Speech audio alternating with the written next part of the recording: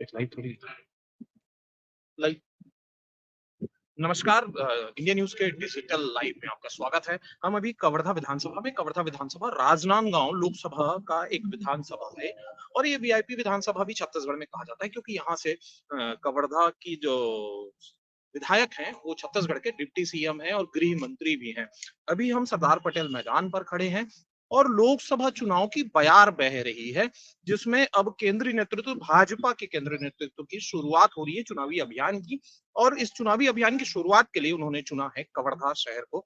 कवर्धा शहर के सरदार पटेल मैदान में मैं मौजूद हूँ, जहां पर तैयारियां चल रही। तैयारियां इसलिए क्योंकि देश के गृह मंत्री और भाजपा के बड़े नेता यहाँ पर पहुंचने वाले हैं। अमित शाह, जिसकी तैयारी आप देख सकते हैं। मैदान पर मैं खड़ा हूं और मैदान पर चारों ओर टेंट सजाए जा रहे हैं, कुर्सियां लगाई जा रही है, एक बड़ा स्टेज बनाया जा रहा है और इस तरीके से तमाम तैयारियां की जा रही है। और देश के गृह मंत्री अमित शाह जो हैं, वो स्टार प्रचारक भी हैं भाजपा के।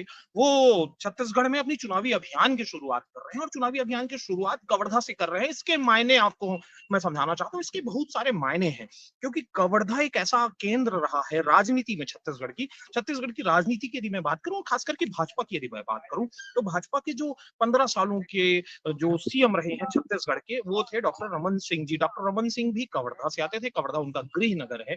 उसके बाद यहाँ की राजनीति, कहते हैं कि कवर्धा की राजनीति में जो कुछ होता है, जो कुछ घटता है, वो उसका इफेक्ट पूरे प्रदेश में जाता है। यदि मैं पिछले विधानसभा चुनावों की बात करूं, तो पिछले विधानसभा चुनाव में यहाँ से जो वर्तमान के डिप्टी सीएम है विजय शर्मा, वो विधायक के तौर पर अपनी किस्मत को पहली बार आजमाते हुए दिखाई दिए थे। और उनके जो जिनके खिलाफ वो खड़े थे, वो थे कांग्रेस के कद्दावर नेता, इकलौते अल्पसंख्यक नेता मोहम्मद अकबर, जो पूर्व की कांग्रेस सरकार में छत्तीसगढ़ में एक बड़े ओहदे पर थे, बड़े मंत्री पद पर थे। तमाम बड़े मंत्रालय उनके पास थे, चाहे हम परिवहन मंत्रालय की बात करें या वन मंत्रालय की बात करें। और नेक्स्ट टू सीएम भी उन्हें उस जमाने में कहा जाता था जब भूपेश सरकार छत्तीसगढ़ में थी।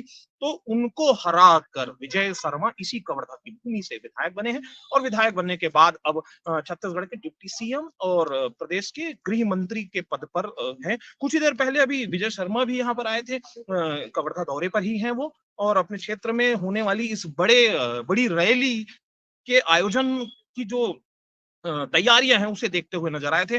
तमाम निर्देश उन्होंने दिए, तमाम पुलिस के आला अधिकारी खड़े थे, किसी प्रकार की कोई चूक ना हो जाए, वो तमाम तैयारियां देखिए। तमाम कार्यकर्ता भी यहाँ पर मौजूद थे, कार्यकर्ता भी काफी उत्साहित है, इसलिए क्योंकि इस बार राजनांदगांव लोकसभा के अंतर्गत कवर्धा आता है और राजनांदगांव लोकसभा इस बार हाई प्रोफाइल सीट बनकर उभरी है। क्योंकि यदि बीजेपी की मैं बात करूं, तो बीजेपी से संतोष पांडे को टिकट दिया गया है, जो यहाँ के पूर्व सांसद भी हैं और वर्तमान के सांसद हैं, कहे जाए कि वो पहले भी सांसद बन चुके हैं। यही